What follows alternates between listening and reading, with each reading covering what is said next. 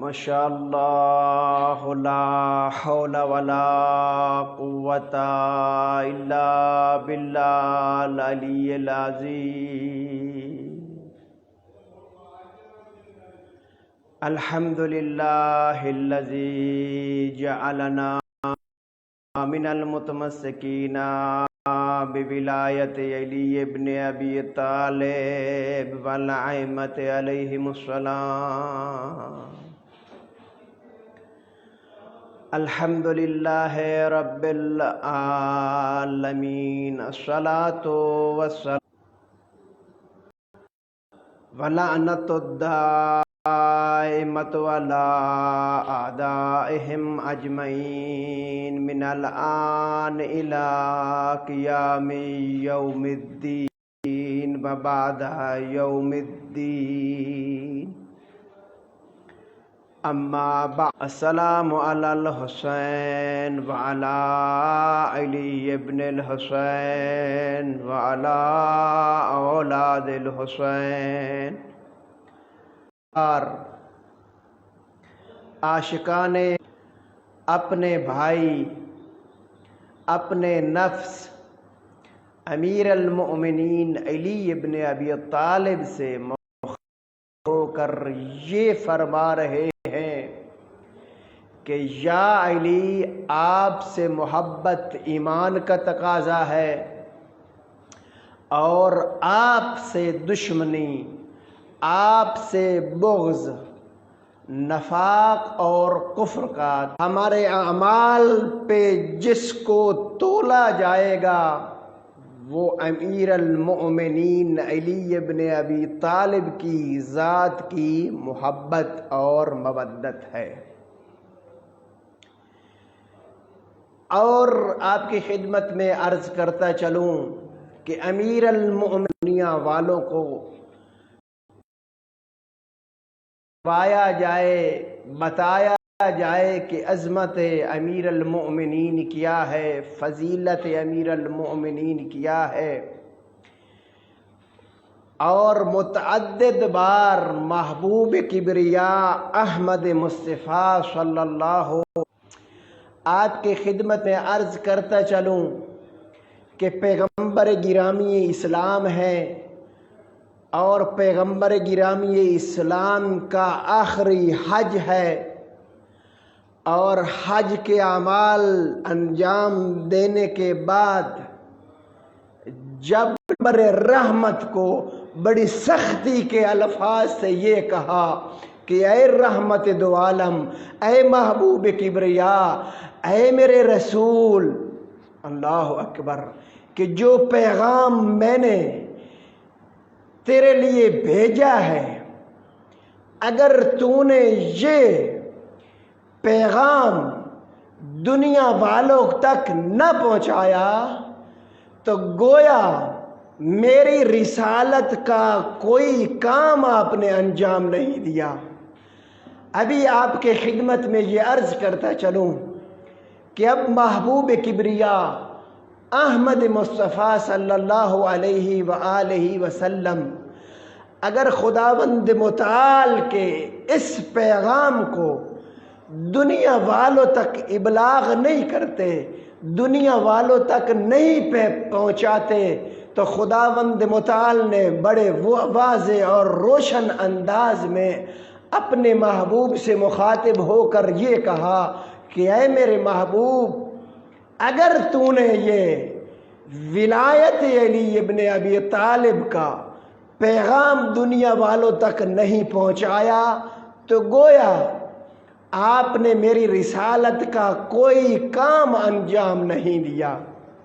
تو میں آپ کی خدمت میں یہ عرض کرتا چلوں، اگر پیغمبر رحمت یہ رسالت کا کام انجام نہیں دیتے تو پیغمبر گرامی اسلام کو جو رسالت، جو رسول بنے، رسول کے بعد رسالت کا پیغام لے کر دنیا والوں تک پہنچایا اور دنیا کے کونے کونے تک اسلام کو پھیلایا، اور دشمنان اسلام و کفار و مشرقین منافقین کے باتیں سنی اور پیغمبر رحمت نے برداشت کی اور خداوند متعال کا پیغام پہنچایا، اور پیغام پہنچانے کے بعد اسلام کو پھیلایا، اور اسلام پھیلانے کے بعد جیسا خداوند متعال نے فرمایا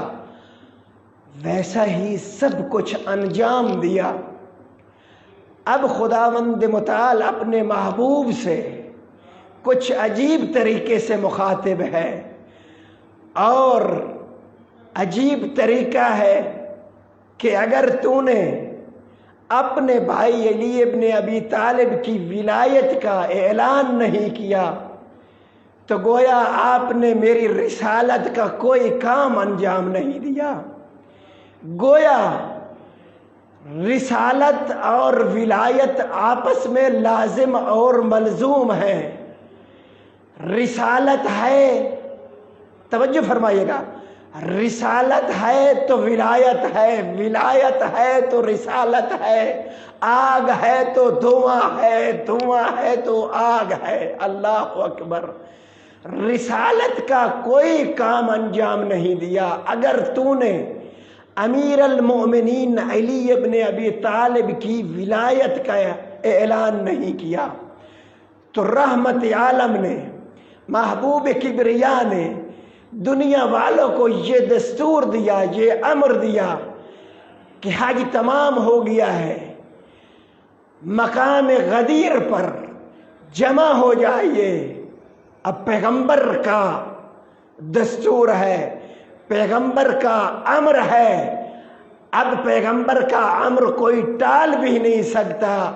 لیکن میں آپ کی خدمت میں عرض کرتا چلوں، بہت ساروں نے بہت بہانے بنائے، لیکن رحمت دو عالم محبوب کبریا احمد مصطفیٰ نے کسی کی نہ سنی، اور مقام غدیر پر سب کو اکٹھا ہونے کا امر کیا۔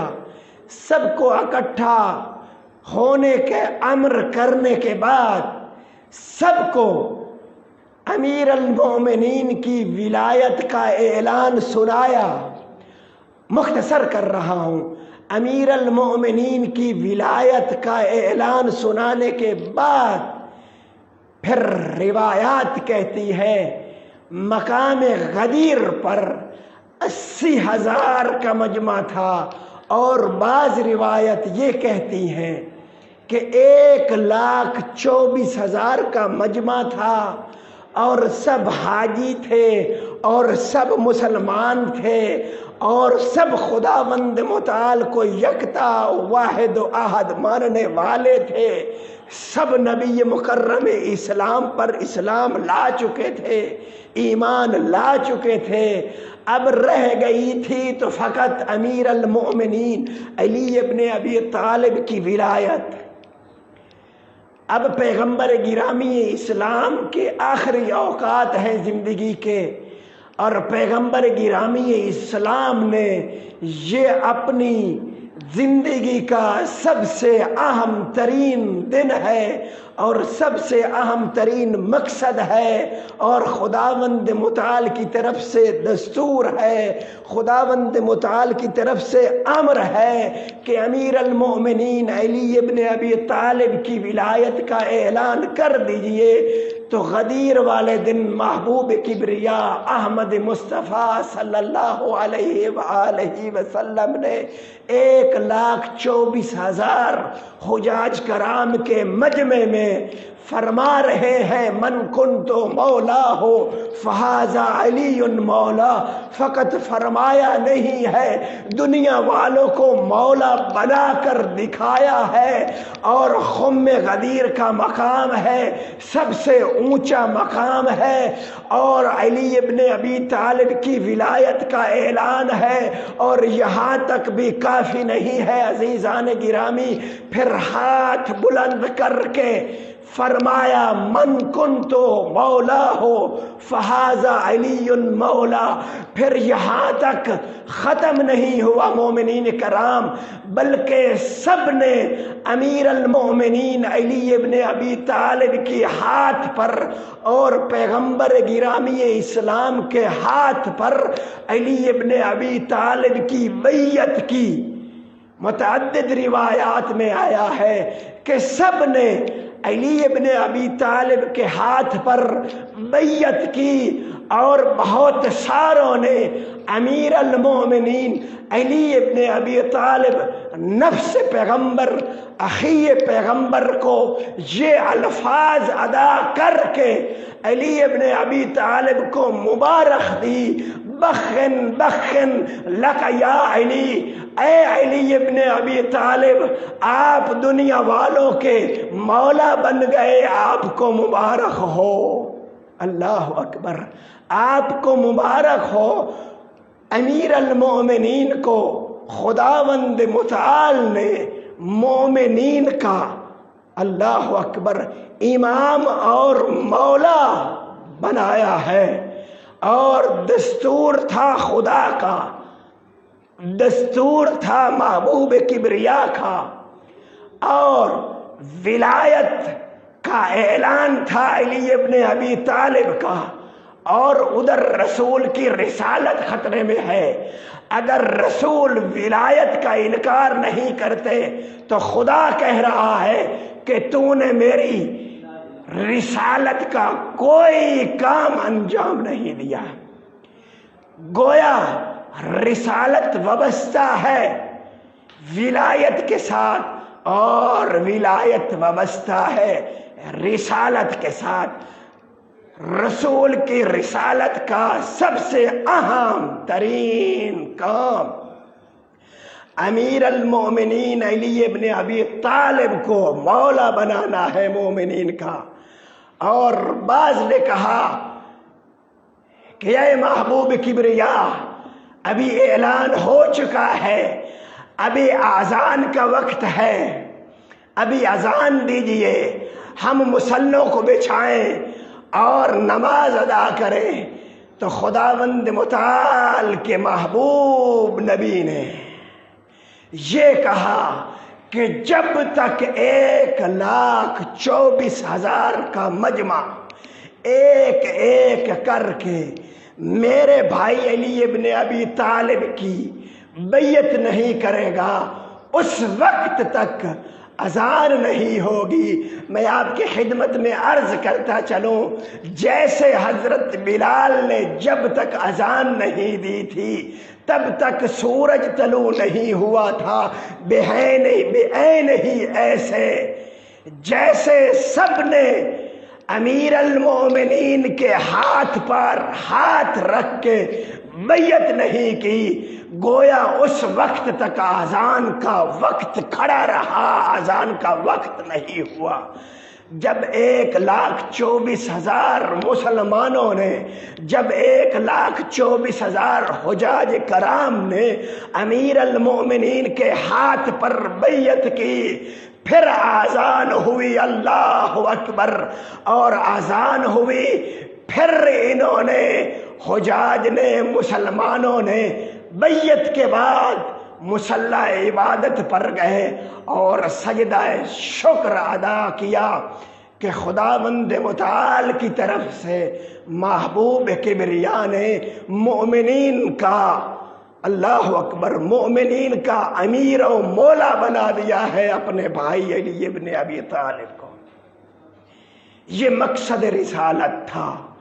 ایک اور بھی مومنین کرام، مقصد رسالت جیسے غدیر خم کے موقع پر دکھائی دیتا ہے، ویسے ہی مقصد رسالت و ولایت کربلا کی سرزمین پر دکھائی دیتا ہے.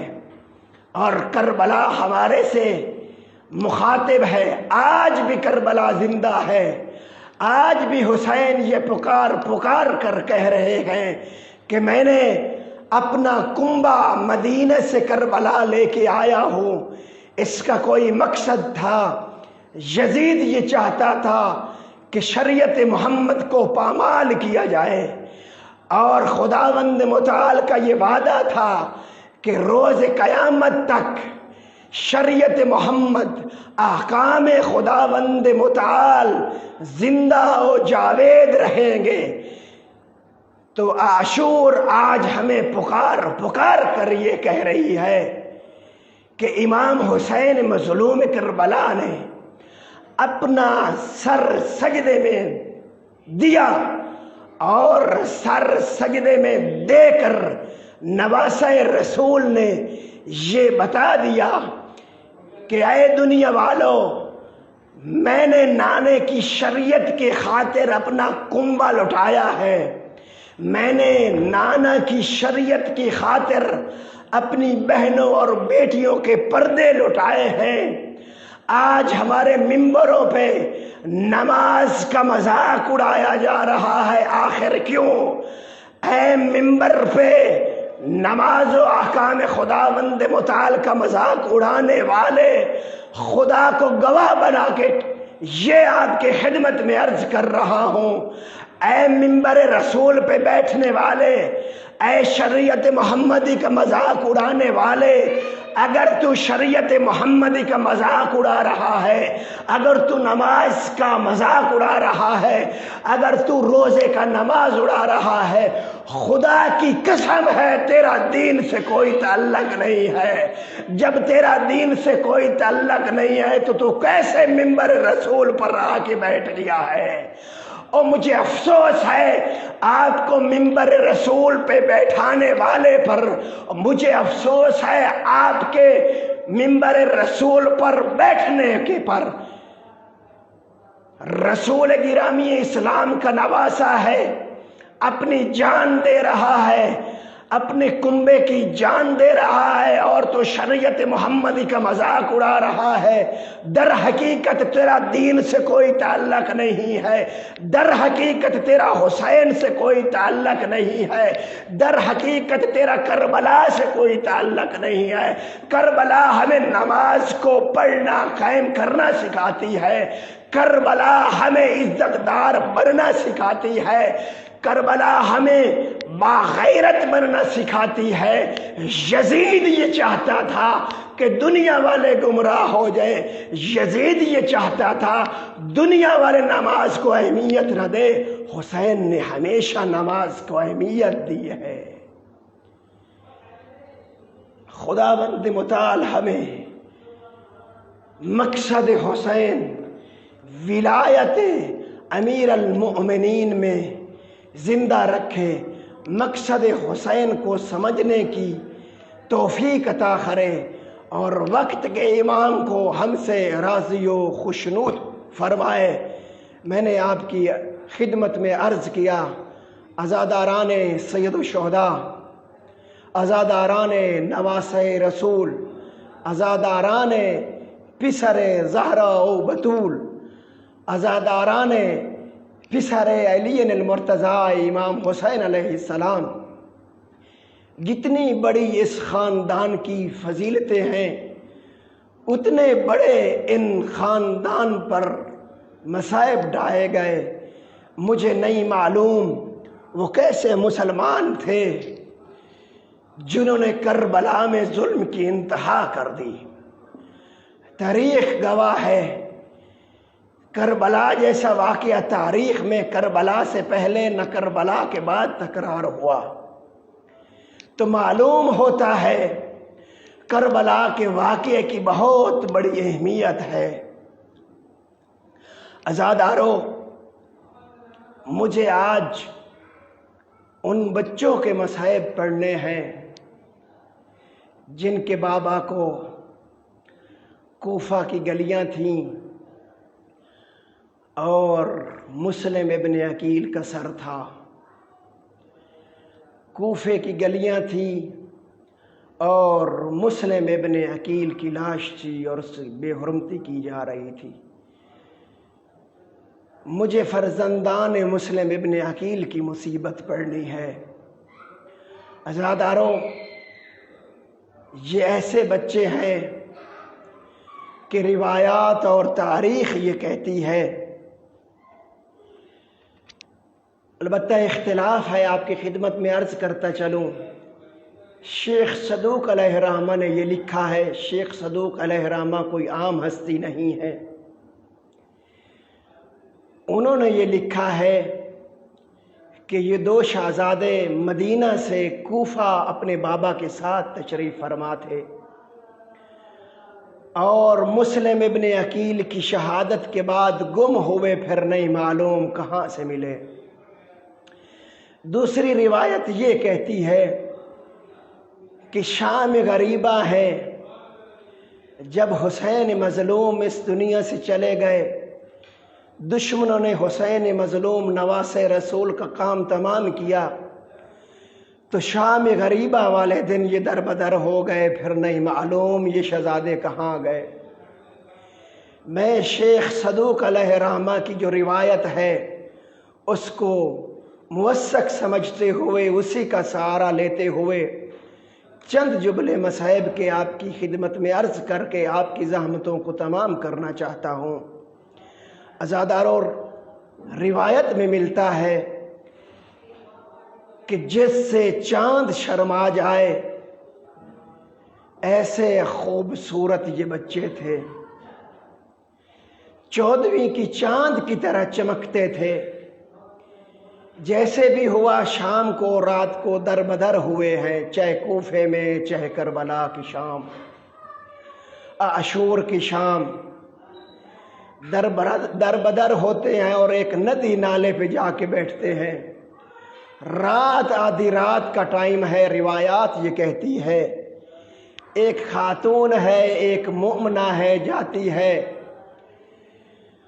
اس ندی کے کنارے پانی بھرنے کے لیے، دیکھتی ہے ان دو بچوں کی صورتیں ان کو پانی میں نظر آتی ہیں، بچوں سے پوچھتی ہیں آپ کون ہیں؟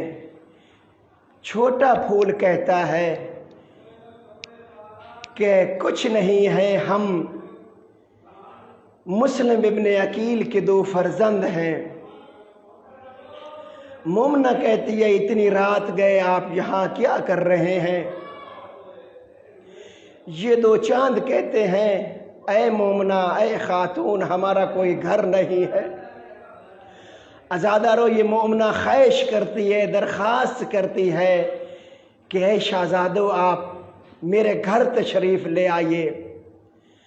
پوچھتی ہے آپ کون ہیں؟ تو یہ کہتے ہیں کہ ہم علی ابن ابی طالب کے نواسے ہیں، مسلم ابن عقیل کے فرزند ہیں۔ یہ خوش ہوتی ہے، محبت علی رکھنے والی تھی، علی علیہ السلام کو چاہنے والی تھی، درخواست کرتی ہے کہ اے 14ویں کے چاندو، اے شہزادو آپ میرے گھر تشریف لائیے۔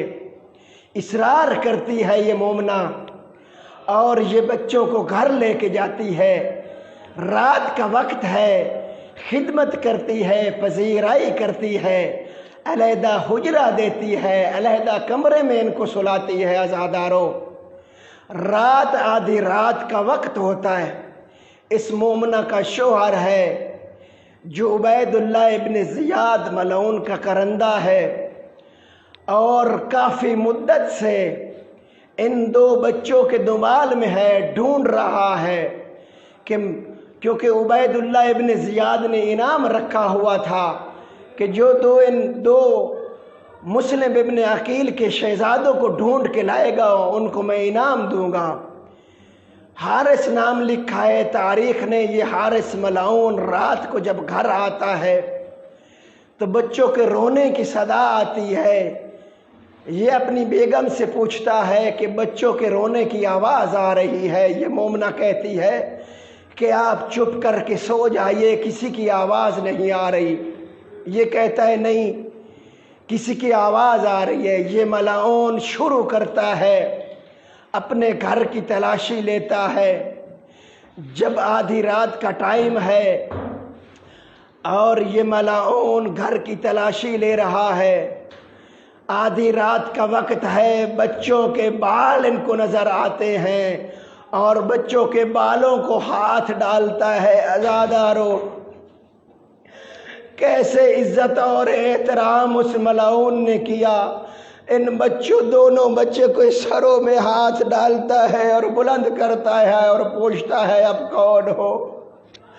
چھوٹا بیٹا کہتا ہے، چھوٹا بھائی کہتا ہے کہ ہم مسلم ابن عقیل کے فرزند ہیں۔ یہ کہتا ہے میں اتنی دیر سے آپ کو ڈھونڈ رہا ہوں، آپ ہمارے گھر میں پوشیدہ ہیں۔ یہ ملعون بے حرمتی کرنا شروع کرتا ہے ان بچوں کی، بالوں میں ہاتھ ڈالتا ہے، ہاتھ ڈالنے کے بعد مارنا شروع کرتا ہے، ہزاداروں مارنا شروع کرتا ہے اور پھر گھر کے باہر لے کے جاتا ہے، کوشش کرتا ہے کہ تلوار کو چلایا جائے۔ ہزاداروں بڑے بھائی کی طرف جاتا ہے، اس کو کہتا ہے کہ آپ کی گردن کو پہلے اڑاؤ، آپ کو پہلے ذبح کروں یہ چھوٹے بچے کو۔ چھوٹا بھائی ہاتھ باندھتا ہے کہ میرے بڑے بھائی کو ذبح نہ کرنا، پہلے مجھے ذبح کرنا۔ بڑا بھائی ہاتھ باندھ کے کہتا ہے میرے چھوٹے بچے کو کبھی نہ ذبح کرنا، اس کی ماں نے، میری ماں نے مجھے پارت دی تھی کہ چھوٹے بچے کا خیال رکھیے۔ روایت یہ کہتی ہے کہ دونوں بھائی ہیں آپس میں گلے ملے ہوئے ہیں اور زاروں قطار رو رہے ہیں۔ عزادارو دونوں بھائیوں کا زاروں قطار رونا تھا۔ اس ملعون نے تلوار چلائی اور دونوں کا سر قلم ہوا اور سر کو ایک کپڑے میں لپیٹا اور باندھ دیا۔ عزادارو ان شہزادوں کے اجساد مبارک کو، ان شہزادوں کے جسد مبارک کو نہر فرات میں پھینک دیا اور مسیب کے مقام پر ایک کسان ہے اور جس کو یہ دونوں تن ملتے ہیں اور دونوں لاشیں ملتے ہیں جو سر کے بغیر ہیں۔ عزادارو اور یہ کسان ہے دونوں فرزندوں کی لاشوں کو اٹھاتا ہے اور مسیب میں دفن کرتا ہے۔ اس کسان کو رات کو خام میں پیغمبر گرامی اسلام کی زیارت ہوتی ہے اور پیغمبر گرامی اسلام اس کا شکریہ ادا کرتے ہیں اور کہتے ہیں کہ آپ کا شکریہ، آپ نے میرے فرزندوں کے لاشوں کو دفنایا۔ ادھر حارث ملعون ہے، اس گٹھڑی کو اٹھائے ہوئے ہے، عبداللہ ابن زیاد کے دربار میں لے جاتا ہے اور گٹھڑی کو کھولتا ہے اور جتنا ملعون تھا عبید اللہ ابن زیاد، اور تاریخ یہ کہتی ہے 3 مرتبہ اٹھا بھی ہے اور 3 مرتبہ بیٹھا بھی ہے، اور جب شہزادوں کے سروں کو دیکھا تو حارث ملعون کو مخاطب ہو کر کہتا ہے کہ اے حارث ملعون، کیا آپ کے گھر میں اولاد نہیں تھی اور آپ نے کتنا بے دردی سے ان کو جدا کیا؟ اور کہتا ہے کہ میں پہچان نہیں پایا اور پھر دستور دیا اور کہا ان بچوں کے سروں کو پانی کے ساتھ دھویا جائے، اور پانی کے ساتھ دھو رہے ہیں اور اب پانی کے ساتھ دھونا تھا ان سروں کو، اور شہزادوں کے بال جدار ہو رہے ہیں سر سے۔ اور پھر اس حارث ملعون سے عبید اللہ ابن زیاد اور مخاطب ہو کر کہتا ہے کہ اے حارث، اور تو نے کتنا ظلم کیا ہے ان بچوں پر، آخر کیا وجہ ہے تو نے اتنا ظلم کیا ہے؟ یہ کہتا ہے کیونکہ آپ نے شرط رکھی تھی اور ان کے سروں کو لایا جائے دربار میں، اب مجھے انعام وصول کرنا ہے، اب مجھے انعام دیجئے۔ عبداللہ عبید اللہ ابن زیاد کہتا ہے اے حارث ملعون، اور میں نے آپ کو یہ نہیں کہا تھا کہ ان بچوں پر اس طرح ظلم کیا جائے کہ ان ستاروں کے چاند جیسے چہرے کی اور پہچان ہی ختم ہو جائے؟ اور میں کہتا ہوں اے فرزندان مسلم، اے آپ پر اتنے ظلم ہوئے اور جن کو بیان کرنا برداشت نہیں ہو سکتا، اور میں کہتا رہتا ہوں میرا سلام ہو اس ماں پر اور جس کے دونوں فرزند ہیں اور حسین مظلوم کے سر کا صدقہ قربان ہوئے، اور جناب رقیہ ہے اور کہہ رہی ہے کہ خداوند متعال اور میری اس چھوٹی سی عبادت کو اور میری اس چھوٹی سی قربانی کو خدایا تو قبول کرنا، اور میں نے نواز رسول اور دل بند بطول زہرا پر قربان کیے، اور جو قربان کیے جائے اب پھر ان کا افسوس نہیں ہوا کرتا۔ اللہ لعنت اللہ علی القوم الظالمین، فسیعلم الذین ظلموا أَيَّ مُنقلب